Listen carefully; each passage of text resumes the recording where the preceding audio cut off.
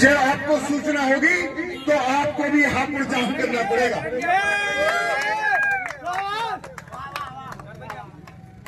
तो मैं समझता हूं इतना काफी है। अगली बार कभी फिर मुलाकात होगी, आपके बीच में बात रखेंगे। मेरे बीच में हमारे मास्टर मनवीर जी है, मैं उनसे निवेदन करता हूं कि वो भी सूक्ष्म शब्दों में अपनी बात कहें। जैसे कि भाई ने बताया, मेरा नाम मनवीर सिंह है। मैं आपके हापुड़ में मोहल्ले रामगढ़ी में रह रहा हूं और वर्तमान में विद्यालय चला रहा हूं। और इस आजाद समाज पार्टी जो हमारी वर्तमान में, इसमें मैं नगर अध्यक्ष हूं। तो मेरा जो काम है वैसे तो बच्चों को शिक्षित करने का है, लेकिन पढ़ने के बाद जब मैंने LLB करी, MA किया, तो समझ में आया कि आज हम बिना शिक्षा के पीछे क्यों आए।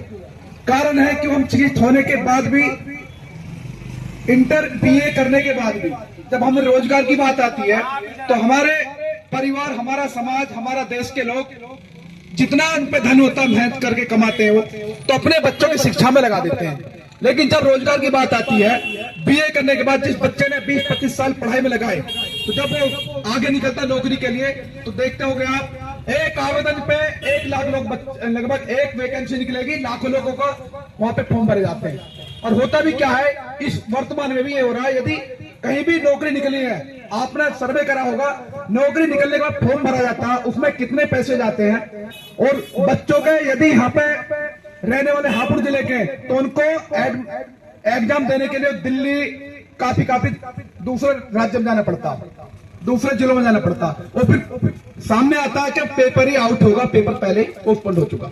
तो इसमें हमारा समाज के ऐसे युवा हम जैसे भी हैं कि कई बार साल इंतजार करते हैं और फिर देखते हैं कि हमारा टाइम भी खत्म हो जाता है। मेरे कितने ऐसे साथी हैं जिन्होंने पुलिस की तैयारी करी और फिर होता क्या है कि बार कभी पेपर लीकेज हो जाना, फिर कभी उम्र निकाल, कभी वैकेंसी कम देना। तो इस कारण से हमारे समाज के बच्चों का मनोबल टूटता है, क्योंकि आपसे हम कहना चाहूंगा, ये जो करने वाले कोई और नहीं है, जो लोग सत्ता में बैठे हैं वही नीति आयोग नीति। मेरे साथ नारा लगाएंगे तो मैं समझूंगा कि आप वाकई जागरूक हुए।